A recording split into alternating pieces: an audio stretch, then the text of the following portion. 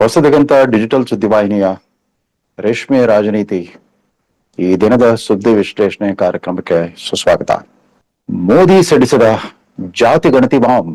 ಜಮ್ಮು ಮತ್ತು ಕಾಶ್ಮೀರದ ಪಹಲ್ಗಾಮ್ನಲ್ಲಿ ನಡೆದ 26 ಮಂದಿ ಹಿಂದೂ ಪ್ರವಾಸಿಗರ ಮಾರಣ ಹೋಮದ ನಂತರ ಇಡೀ ದೇಶವೇ ಕೇವಲ ಯುದ್ಧ ಸಂಬಂಧಿ ಚರ್ಚೆ, ಸಂವಾದ, ವದಂತಿಗಳ ನಡುವೆ ಹೂತು ಹೋಗಿತ್ತು.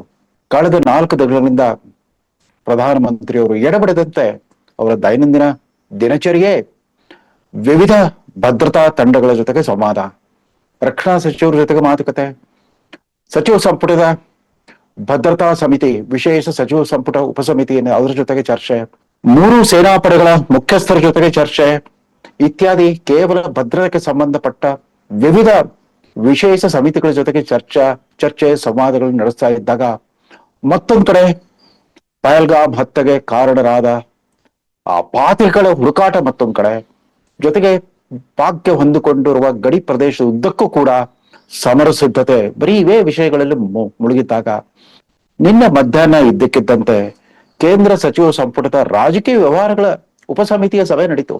ಆಗ ಅನುಮಾನ ಬಂದಿತ್ತು, ಇದೇನಿದು ಇದ್ದಕ್ಕಿದ್ದಂತೆ ಯುದ್ಧದೋಪಾದಿಯಲ್ಲಿ ಕೆಲಸ ಮಾಡೋ ಮೋದಿಯವರು ಕೇವಲ ಯುದ್ಧಕ್ಕೆ ಸಂಬಂಧಪಟ್ಟ ಸಮಿತಿಗಳ ಜೊತೆಗೆ ಸಂವಾದ ನಡೆಸಿದ್ರು, ಮತ್ತೆ ಯಾಕೆ ರಾಜಕೀಯ ವ್ಯವಹಾರ ಬಂತು ಅಂತ ನೋಡಿದಾಗ 4 ಗಂಟೆಗೆ ಪತ್ರಿಕಾಗೋಷ್ಠಿ ಅಂತ ಸುದ್ದಿ ಆಯ್ತು. ಬಹುಶಃ ಈ ಪತ್ರಿಕಾಗೋಷ್ಠಿಯಲ್ಲೇ ಪಾಕಿಸ್ತಾನದ ಮೇಲೆ ಯುದ್ಧ ಆರಂಭಿಸುವ ಒಂದು ವಿದ್ಯುಕ್ತ ಘೋಷಣೆ ಬರುತ್ತೆ ಅಂತ ಅನ್ಕೊಂಡಿದ್ರು. ಪಾಕಿಸ್ತಾನದ ಮೇಲೆ ಬಾಂಬ್ ದಾಳಿ ಶುರು ಆಗುತ್ತೆ ಅನ್ನೋ ನಿರೀಕ್ಷೆಯಲ್ಲಿದ್ವು ಎಲ್ಲ ಸುದ್ದಿ ಮಾಧ್ಯಮಗಳು, ಸುದ್ದಿ ಸಂಸ್ಥೆಗಳು. ಅದರ 4 ಗಂಟೆಗೆ ನಡೆದ ಪತ್ರಿಕಾಗೋಷ್ಠಿಯಲ್ಲಿ ಮೋದಿಯವರು ಬಳಸಿದ ಬಾಂಬ್ ಅದು ಪಾಕಿಸ್ತಾನ ವಿರುದ್ಧದ ಬಾಂಬ್ ಅಲ್ಲ, ತಮ್ಮ ಎದುರಾಳಿ ಪ್ರತಿಪಕ್ಷಗಳ ಮೇಲೆ ದಾಳಿ, ಬಾಂಬ್ ದಾಳಿ. ಅದರಲ್ಲೂ ವಿಶೇಷವಾಗಿ ಜಾತಿ ಗಣತಿ ಅಂತ ಕಳೆದ 1.5 ವರ್ಷದ ಹೋದಲ್ಲಿ ಬಂದಲ್ಲಿ ಬಡಬಡಿಸ್ತಾ ಇದ್ದ ಅಖಿಲ ಭಾರತ ಕಾಂಗ್ರೆಸ್ ಪಕ್ಷದ ಪ್ರಶ್ನಾತೀತ ನಾಯಕ ರಾಹುಲ್ ಗಾಂಧಿ ಅವರ ಮೇಲೆ ಹಾಕಿದ ಬಾಂಬು.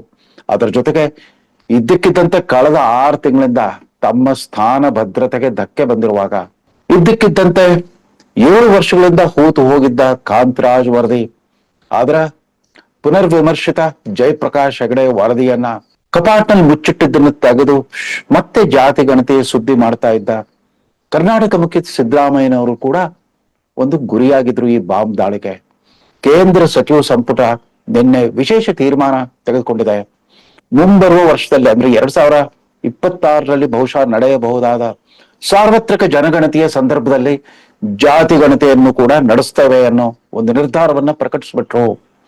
ಇದು ಎಷ್ಟರ ಮಟ್ಟಿಗೆ ಅವರ ಎದುರಾಳಿಗಳನ್ನು ನಿಶಸ್ತ್ರಗೊಳಿಸ್ಬಿಡ್ತು ಅಂತಂದ್ರೆ, ಈ ಘೋಷಣೆಯಾದ 2 ತಾಸುಗಳಲ್ಲೇ ಅಂದ್ರೆ ಸಂಜೆ 7 ಗಂಟೆಗೆ ಸ್ವತಃ ರಾಹುಲ್ ಗಾಂಧಿ ಅವರು ಒಂದು ಪತ್ರಿಕಾಗೋಷ್ಠಿ ನಡೆಸ್ಬಿಟ್ಟು ಇದರ ಉದ್ದೇಶ ಏನಿದೆ ಗೊತ್ತಿಲ್ಲ, ಆದ್ರೆ ಈ ನಿರ್ಧಾರವನ್ನ ನಾವು ಸ್ವಾಗತಿಸ್ತೇವೆ. ಕೇಂದ್ರ ಸರ್ಕಾರ ಈ ನಿರ್ಧಾರ ತೆಗೆದುಕೊಳ್ಳಿಕ್ಕೆ ಕಾರಣ ನಾವು ಭಾರತ್ ಜೋಡೋ ಯಾತ್ರಾ ಸಂದರ್ಭದಿಂದ ನಿರಂತರವಾಗಿ ಮಾಡ್ತಾ ಬಂದಿರೋ ಆಗ್ರಹ, ನಿರಂತರವಾಗಿ ನಡೆಸ್ತಾ ಬಂದಿರೋ ಅಭಿಯಾನ, ಜಾತಿ ಗಣತಿ ಪರವಾಗಿ ನಾವು ನಡೆಸಿದ ಈ ಅಭಿಯಾನದಲ್ಲಿ ಪಾಲ್ಗೊಂಡ ಎಲ್ಲ ಕಾಂಗ್ರೆಸ್ ಕಾರ್ಯಕರ್ತರಿಗೂ ನಾಯಕರಿಗೂ ನಾನು ಅಭಿನಂದಿಸ್ತೇನೆ ಅಂತ ತಮ್ಮ ಬೆನ್ನು ತಾವೇ ತಟ್ಕೊಂಡ್ರು. ಈ ಜಾತಿ ಗಣತಿಯ ಘೋಷಣೆಗೆ ತಾವು ನಡೆಸಿದ ನಿರಂತರ ವಾಗ್ದಾಳಿಯೇ ಕಾರಣ ಅನ್ನೋ ರೀತಿಯಲ್ಲಿ ರಾಹುಲ್ ಗಾಂಧಿ ಅವರು ಹೇಳ್ಕೊಂಡ್ರು. ರಾಹುಲ್ ಗಾಂಧಿ ಅವರು ನಾವೀಗಾಗಲೇ ಈ ವಾಹಿನಿಯಲ್ಲಿ ಹೇಳಿದ್ವಿ, 4 ಅವಧಿಯ ಸಂಸತ್ ಸದಸ್ಯತ್ವದ ಅವಧಿಯಲ್ಲಿ ಒಮ್ಮೆನೂ ಸಾಮಾಜಿಕ ನ್ಯಾಯದ ಬಗ್ಗೆ, ಜಾತಿ ಕೇಂದ್ರಿತ ಮೀಸಲಾತಿ ಬಗ್ಗೆ ಎಂದೂ ಮಾತಾಡಿರ್ಲಿಲ್ಲ. ಏಕಾಏಕಿ 5ನೇ ಅವಧಿಗೆ ಅಂದ್ರೆ ಇನ್ನೇನು ನಾವು ಪ್ರಧಾನಮಂತ್ರಿ ಆಗೇ ಬಿಟ್ವಿ, ಮೋದಿ ಬರೀ 240 ಸೀಟ್ ಬಂತು, ಅಧಿಕಾರ ಕಳ್ಕೊಂಡ್ರು ಅನ್ನೋ ಒಂದು ಮೂಡ್ನಲ್ಲಿದ್ರು ರಾಹುಲ್ ಗಾಂಧಿ ಮತ್ತು ಅವರ ಇಂಡಿಯಾ ಮೈತ್ರಿಕೂಟದ ಮಿತ್ರ ಪಕ್ಷಗಳು. ಅವರೆಲ್ಲ ನಮಗೆ 230 ಸೀಟ್ ಬಂದಿದ್ದಕ್ಕೇನೆ ನಾವು ಮೋದಿನ ಸೋಲಿಸ್ಬಿಟ್ವಿ ಅನ್ನೋ ಭ್ರಮೆಯಲ್ಲಿದ್ರು. ಹಾಗಾಗ್ಲಿಲ್ಲ. ಮತ್ತೆ ಮೋದಿ ಅಧಿಕಾರಕ್ಕೆ ಬರ್ತಾ ಇದ್ದಂತೆ ಜಾತಿ ಗಣತಿಯ ಅಸ್ತ್ರವನ್ನ ಹಿಡ್ಕೊಂಡಿದ್ರು. ಅದರಲ್ಲೂ ತೆಲಂಗಾಣ ಮತ್ತು ಕರ್ನಾಟಕದ ಕಾಂಗ್ರೆಸ್ ಸರ್ಕಾರಗಳು ನಡೆಸಿದ ಜಾತಿ ಸಮೀಕ್ಷೆಯನ್ನೇ ಜಾತಿ ಗಣತಿ ಬಿಂಬಿಸ್ತಾ ಬಂದಿದ್ರು. ಅಸಲಿಗೆ ಸಂವಿಧಾನದ ಅನುಬಂಧ 246 ಅಂದ್ರೆ ಕೇಂದ್ರ ಮತ್ತು ರಾಜ್ಯ ಸರ್ಕಾರಗಳ ನಡುವೆ ಅಧಿಕಾರ ಹಂಚಿಕೆ ಸಂಬಂಧಪಟ್ಟಂತೆ ಈ ಅನುಬಂಧದ 7ನೇ ಶೆಡ್ಯೂಲ್ನಲ್ಲಿ ಆ ವಿಷಯ ಪಟ್ಟಿ 69 ಅದರಲ್ಲಿ ಸ್ಪಷ್ಟವಾಗಿ ಹೇಳಿದ್ದಾರೆ, ಜಾತಿ ಗಣತಿ ಅದು ಕೇಂದ್ರ ಸರ್ಕಾರದ ಅಧಿಕಾರ ವ್ಯಾಪ್ತಿಯ ಪಟ್ಟಿಗೆ ಸೇರುತ್ತೆ. It comes under union list ಅಂತ. ಯೂನಿಯನ್ ಅಂತಂದ್ರೆ ಒಕ್ಕೂಟ ರಾಜ್ಯ ಸರ್ಕಾರದ ಮುಖ್ಯಸ್ಥರಾಗಿರೋ ಕೇಂದ್ರ ಸರ್ಕಾರಕ್ಕೆ ಸಂಬಂಧಪಟ್ಟದ್ದು. ಯಾವುದೇ ತರದ ಜನಗಣತಿ ಅಥವಾ ಜಾತಿ ಗಣತಿ ನಡೆಸುವ ಅಧಿಕಾರ ಸಂವಿಧಾನದ ಪ್ರಕಾರ ಕೇವಲ ಕೇಂದ್ರ ಸರ್ಕಾರಕ್ಕೆ ಮಾತ್ರ ಇದೆ, ಭಾರತ ಸರ್ಕಾರಕ್ಕೆ ಮಾತ್ರ ಇದೆ ಹೊರತು ರಾಜ್ಯ ಸರ್ಕಾರಗಳಿಗಲ್ಲ. ಸುಪ್ರೀಂ ಕೋರ್ಟ್ನ ವಿವಿಧ ಸಂವಿಧಾನ ಪೀಠಗಳು ಈ ಸಾಮಾಜಿಕ ನ್ಯಾಯಕ್ಕೆ ಸಂಬಂಧಪಟ್ಟ ಪ್ರಕರಣಗಳನ್ನು ಇತ್ಯರ್ಥಪಡಿಸಿದ ಸುಪ್ರೀಂ ಕೋರ್ಟ್ನ ಬಹುತೇಕ ನ್ಯಾಯಪೀಠಗಳು ಕೂಡ ರಾಜ್ಯ ಸರ್ಕಾರಗಳು ವಿವಿಧ ಜಾತಿ ಜನಾಂಗಗಳ ಹಿಂದುಳಿದುವಿಕೆಗೆ ಸಂಬಂಧಪಟ್ಟಂತೆ ತಮ್ಮದೇ ಆದ ರೀತಿಯಲ್ಲಿ ಕ್ರಮಬದ್ಧವಾದ ಒಂದು ಸಮೀಕ್ಷೆಯನ್ನು ನಡೆಸಬಹುದು. ಅಂದ್ರೆ ಕಮಿಷನ್ ಆಫ್ ಎನ್ಕ್ವೈರಿ ಆಕ್ಟ್ 1952 ಅದರ ಅನ್ವಯ ಸಮೀಕ್ಷೆಗಳನ್ನು ನಡೆಸಬಹುದು. ಜೊತೆಗೆ ಎಲ್ಲ ರಾಜ್ಯಗಳಲ್ಲೂ ಕೂಡ ಶಾಶ್ವತ ಹಿಂದುಳಿದ ವರ್ಗಗಳ ಆಯೋಗಗಳನ್ನು ರಚಿಸ್ತಕ್ಕದ್ದು 5 ವರ್ಷಗಳೊಮ್ಮೆ ಇದರ ಅಧ್ಯಕ್ಷತೆ ಬದಲಾಗ್ತಾ ಇರುತ್ತೆ. ಈ ಶಾಶ್ವತ ಹಿಂದುಳಿದ ವರ್ಗಗಳು ನಿರಂತರವಾಗಿ ಈ ತರದ ಒಂದು ಸಮೀಕ್ಷೆಯನ್ನು ನಡೆಸ್ತಾ ಇರಬೇಕು. ಯಾವ್ಯಾವ ಜಾತಿ ಜನಾಂಗಗಳು ಆ ಹಿಂದುಳಿದಿರುವಿಕೆಯ ಮಾನದಂಡದಿಂದ ಹೊರಗೆ ಬಂದಿವೆಯೋ, ಅಂದ್ರೆ ನಿಗದಿತ ಮಾನದಂಡಕ್ಕಿಂತ ಹೆಚ್ಚಿನ ಪ್ರಗತಿ ಸಾಧಿಸಿದ್ದಾವೋ ಅವುಗಳನ್ನ ಹೊರಗಿಡ್ಬೇಕು. ಯಾರಿಗಿನ್ನೂ ಆ ಗುರಿ ಮುಟ್ಲಿಕ್ಕೆ ಸಾಧನೆ ಆಗಿಲ್ವೋ ಅಂತ ಜಾತಿಗಳನ್ನ ಗುರುತಿಸಿ ಅವ್ರನ್ನ ಹಿಂದುಳಿದ ವರ್ಗಗಳ ಪಟ್ಟಿಗೆ ಸೇರಿಸ್ಬೇಕು. ಮತ್ತು ಯಾವ್ಯಾವ ಜಾತಿಗಳನ್ನ ಯಾವ್ಯಾವ ಹಿಂದುಳಿದ ವರ್ಗಗಳ ವರ್ಗೀಕರಣ ಪಟ್ಟಿಗೆ ಸೇರಿಸ್ಬೇಕು ಅನ್ನೋ ಅಧಿಕಾರ ಕೂಡ ರಾಜ್ಯ ಸರ್ಕಾರಗಳಿಗೆ ಇತ್ತಷ್ಟೇ ಹೊರತು ಜಾತಿ ತಲೆ ಎಣಿಕೆ ಮಾಡೋ ಅಧಿಕಾರ ಅವ್ರಿಗೆ ಇರಲಿಲ್ಲ. ಅದು ಗೊತ್ತಿದ್ದು ತಾವು ನಡೆಸಿದ ಸಮೀಕ್ಷೆಯನ್ನು ತಾವೇ ನಂಬಿರಲಿಲ್ಲ ನಮ್ಮ ಸಿದ್ದರಾಮಯ್ಯ ಸರ್ಕಾರ. ಅದನ್ನು ಹಿಂದಿನ ಅಧಿಕಾರ ಅವಧಿಯಲ್ಲಿ ಅದನ್ನು ಸ್ವೀಕರಿಸಲಿಲ್ಲ. ತದನಂತರ ಬಂದ ಸಮ್ಮಿಶ್ರ ಸರ್ಕಾರದ ಅವಧಿಯಲ್ಲಿ ಅದರ ಉಸಿರೆತ್ತಲಿಲ್ಲ. ಅದಾದ ನಂತರ 3 ವರ್ಷಗಳ ಕಾಲ ವಿರೋಧ ಪಕ್ಷದಲ್ಲಿ ಕೂತಾಗಲೂ ಕೂಡ ಅದಕ್ಕೆ ಸಂಬಂಧಪಟ್ಟಂತೆ ಯಾವುದೇ ಹೋರಾಟ ಅಥವಾ ಅಭಿಯಾನ ನಡೆಸಿರಲಿಲ್ಲ. ಈಗ 1.5 ವರ್ಷದ ನಂತರ ಬಹುಶಃ ತಮ್ಮ ಉಪಮುಖ್ಯಮಂತ್ರಿಯಿಂದ ತಮ್ಮ ಕುರ್ಚಿಗೆ ಧಕ್ಕೆ ಬರ್ತಾ ಇದೆ ಅಂತ ಗೊತ್ತಾದಾಗ ಉಪಮುಖ್ಯಮಂತ್ರಿ ವಿರುದ್ಧ ತಾವು ತಮ್ಮ ಬೆಂಬಲಿಗರು ಅಂತ ತಾವು ನಂಬಿರುವ ಅಹಿಂದ ವರ್ಗಗಳ ಎತ್ಕಟ್ಟುವ ದೃಷ್ಟಿಯಿಂದ ಇದ್ದಕ್ಕಿದ್ದಂತೆ ಪರಿಷ್ಕೃತ ಕಾಂತರಾಜು ವರ್ಗದ ವರದಿಯನ್ನ ಸಚಿವ ಸಂಪುಟದ ಎದುರಿಗಿಟ್ರು. ಅಲ್ಲೂ ಕೂಡ ಅದ್ರ ವಿವರಗಳೇನಂತ ಈಗಲೂ ಕೂಡ ಸ್ಪಷ್ಟವಾಗಿ ಪ್ರಕಟಿಸೋ ಧೈರ್ಯ ಇಲ್ಲ ಸರ್ಕಾರಕ್ಕೆ. ಈ ಮಧ್ಯ ಸ್ವತಃ ನರೇಂದ್ರ ಮೋದಿ ಅವರೇ ನಾವು ಮುಂಬರುವ ವರ್ಷದಲ್ಲಿ ನಡೆಸೋ ಜನಗಣತಿಯನ್ನ ಸಾರ್ವತ್ರಿಕ ಜನಗಣತಿಯನ್ನ ಜಾತಿ ಗಣತಿಯನ್ನಾಗಿ ನಾವು ನಡೆಸ್ತೇವೆ ಅಂತ ಘೋಷಣೆ ಮಾಡಿತ್ತು. ಇವ್ರಿಗೆಲ್ರಿಗೂ ಒಂದು ಕ್ಷಣ ಅತ್ಯಂತ ಅನಿರೀಕ್ಷಿತವಾದ ರಾಜಕೀಯ ಆಘಾತವಾಗಿತ್ತು.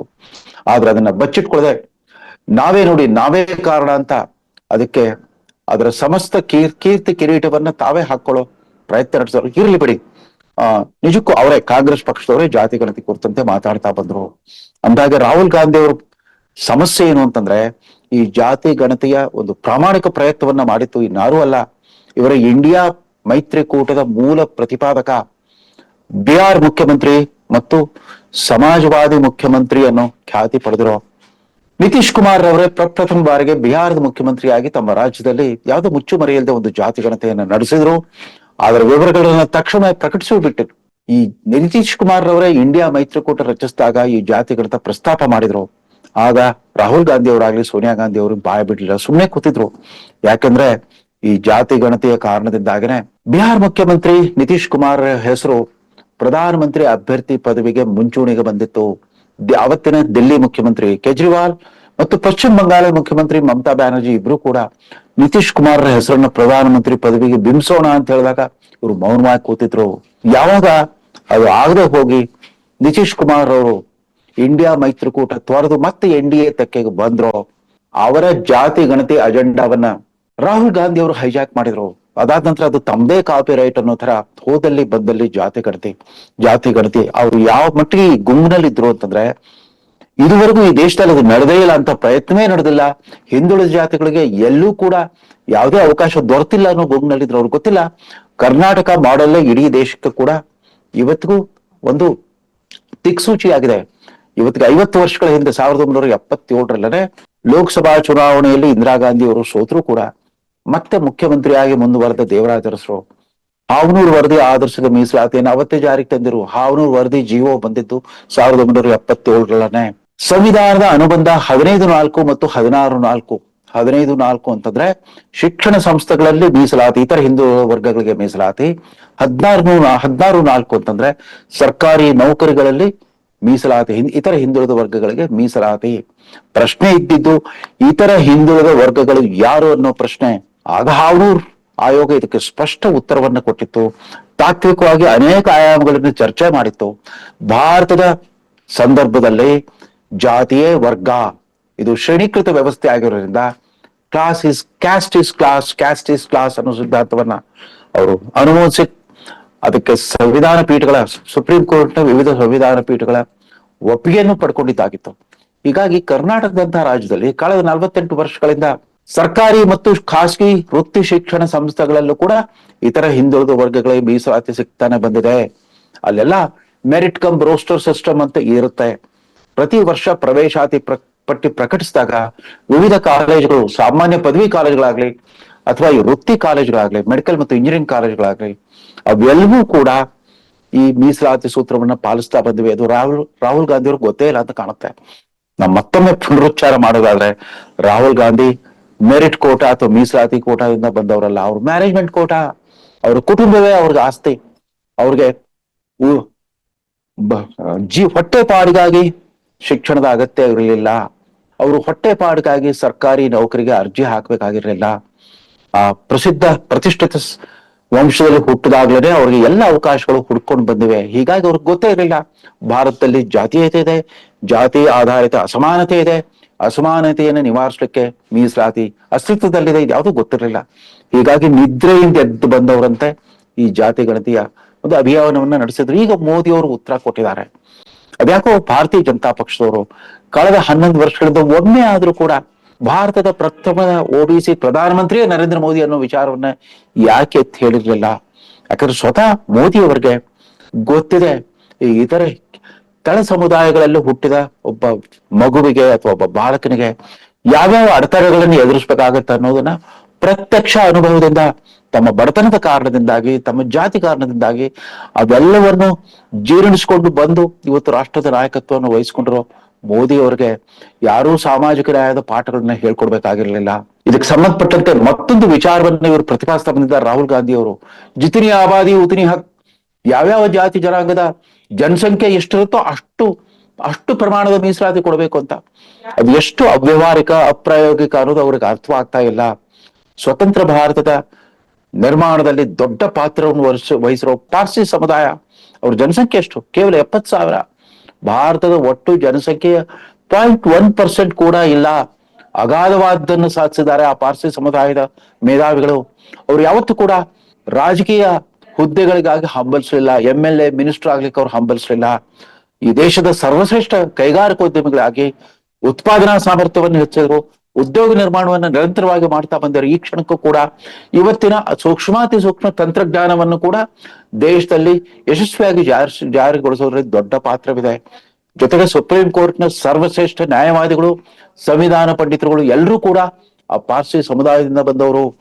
ರಾಹುಲ್ ಗಾಂಧಿ ಅವರ ಈ ಹುಮ್ಮುತನಕ್ಕೆ ಏನಾದ್ರೂ ಬಲಿಯಾದ್ರೆ, ಜಿತನಿ ಆಬಾದಿ ಉತನಿ ಹಕ್ ಅಂತಂದ್ಬಿಟ್ರೆ, ಆ ದೊಡ್ಡ ಸಮುದಾಯ, ಜನಸಂಖ್ಯಾ ಬಾಹುಳ್ಯವುಳ್ಳ ಸಮುದಾಯದ ಎಂಥ ಅಸಮರ್ಥ ಅನರ್ಹ ಇದ್ರು ಕೂಡ ಅವ್ರ ಸೀಟ್ಗಳು ತುಂಬವರೆಗೂ ಉಳಿದವ್ರು ಕಾಯ್ತಾ ಕೂತ್ಕೊಳ್ಬೇಕಾಗುತ್ತೆ. ಸಣ್ಣ ಪುಟ್ಟ ಸಮುದಾಯಗಳು ಏನ್ ಮಾಡ್ಬೇಕಾಗುತ್ತೆ? ಅದ್ರ ಜೊತೆಗೆ ಈ ಮೀಸಲಾತಿ ನೀಡಿಕೆಯ ಈ ಅಮಿತೋತ್ಸಾಹದಲ್ಲಿ ನಾವು ಇವತ್ತಿಗೂ ಕೂಡ ಮೆರಿಟ್ ಕೋಟಾ ಬಗ್ಗೆ ಹಗುರವಾಗಿ ಮಾತಾಡಬಾರದು. ರಾಹುಲ್ ಗಾಂಧಿ ಅವ್ರಿಗೆ ಗೊತ್ತಿಲ್ಲ ಅಂತ ಕಾಣುತ್ತೆ. ಇವತ್ತು ಜನರಲ್ ಮೆರಿಟ್ ಕೋಟಾದಲ್ಲಿ ನೂರಾರು ಮಂದಿ ಹಿಂದುಳಿದ ವರ್ಗ ಮತ್ತು ಪರಿಶಿಷ್ಟ ಜಾತಿ ಜನಾಂಗಗಳ ಪ್ರತಿಭಾಶಾಲಿಗಳು ಕೂಡ ಮುಂದೆ ಬಂದಿದ್ದಾರೆ. ತಮ್ಮ ಕುಟುಂಬದ ಆರ್ಥಿಕ ಹಿನ್ನೆಲೆಯಿಂದ ಅವ್ರಿಗೆಲ್ಲ ಗೊತ್ತಿತ್ತು ಶಿಕ್ಷಣ ಎಷ್ಟು ಮಹತ್ವ ಅಂತ. ಯಾರಿಗೆ ಶಿಕ್ಷಣದ ಹಂಬಲ ಇತ್ತೋ ಅವರ ಒಂದು ಉದರಾಗ್ನಿಯಲ್ಲಿ ಶಿಕ್ಷಣ ಪಡ್ಕೊಂಡು ಒಳ್ಳೆ ಉದ್ಯೋಗ ಪಡ್ಕೊಳ್ಬೇಕು ಅನ್ನೋ ಒಂದು ಆಸಕ್ತಿ ಅವರೆಲ್ಲರೂ ಕೂಡ ಇವತ್ತು ಜನರಲ್ ಮೆರಿಟ್ಗೆ ಬಂದ್ಬಿಟ್ಟಿದ್ದಾರೆ. ಅವ್ರು ಅನ್ಕೊಂಡಿರೋ ಹಾಗೆ ಹಿಂದುಳಿದ ವರ್ಗ ಮತ್ತು ಪರಿಶಿಷ್ಟ ಜಾತಿ ಜನಾಂಗದ ಹುಡುಗ ಯಾರು ಅವರು ದಡ್ರಲ್ಲ, ಅವರು ಕೂಡ ಪ್ರತಿಭಾವಂತರೆ. ಮತ್ತು ಇವತ್ತಿನ ಕರ್ನಾಟಕದ ಅನುಭವದ ಪ್ರಕಾರ ಆ ಮೀಸಲಾತಿ ಪಟ್ಟಿ ಕೂಡ ಅವರೆಲ್ಲ ಕಳಪೆ ಗುಣಮಟ್ಟದ ವಿದ್ಯಾರ್ಥಿಗಳಲ್ಲ. ಅವರು ಕೂಡ 95% ಹೆಚ್ಚಿನ ಶೇಕಡಾವಾರು ಅಂಕಗಳನ್ನು ಪಡ್ಕೊಂಡೇ ಆ ಮೀಸಲಾತಿ ಪಟ್ಟಿಯಲ್ಲಿ ಸೇರ್ಕೊಂಡಿರ್ತಾರೆ.